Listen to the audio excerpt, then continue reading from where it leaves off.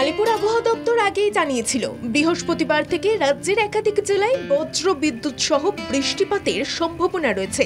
আর সেই মতো কলকাতার আকাশ সকাল থেকেই মুখ ভার করে আছে। কখনো রোদ আবার কখনো মেঘলা আকাশ দেখা যাচ্ছে শহরতলিতে।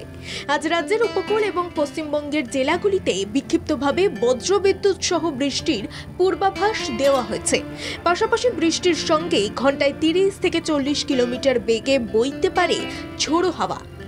গত 2 সপ্তাহ ধরে শহর থেকে জেলা সব জায়গাতেই তাপমাত্রা পৌঁছে গিয়েছিল 40 ডিগ্রি সেলসিয়াসের কাছাকাছি। আর সেই তাপমাত্রায় রীতিমতো অস্বস্তিকর অবস্থা হয়েছিল মানুষের। তবে এবার একটু স্বস্তির ঘুম ঘুমোতে পারবে শহর থেকে জেলাবাসী। বৃহস্পতিবার থেকে বিক্ষিপ্ত বৃষ্টির সম্ভাবনা থাকলেও সেই বৃষ্টির পরিমাণ বাড়বে রবিবার থেকে। বৃহস্পতিবার রাজ্যের প্রায় সব জেলাতেই মেঘলা আকাশ থাকবে।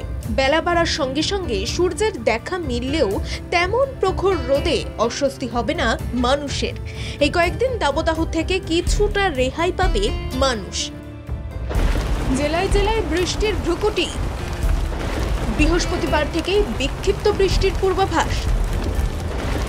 শান্তিতে ঘুমোতে পারবে শহর থেকে জেলা। উত্তরে আগামী 5 দিন অপরিবর্তিত থাকবে তাপমাত্রা।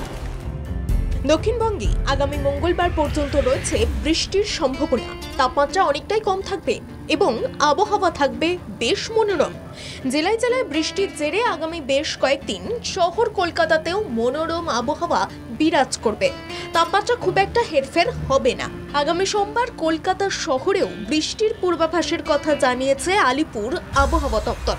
অন্যদিকে উত্তরবঙ্গে আপাতত ভারী বৃষ্টির কোনো সম্ভাবনা নেই, তবে হালকা থেকে মাঝারি বৃষ্টিপাত হতে পারে উত্তরের পার্বত্য অঞ্চলগুলিতে।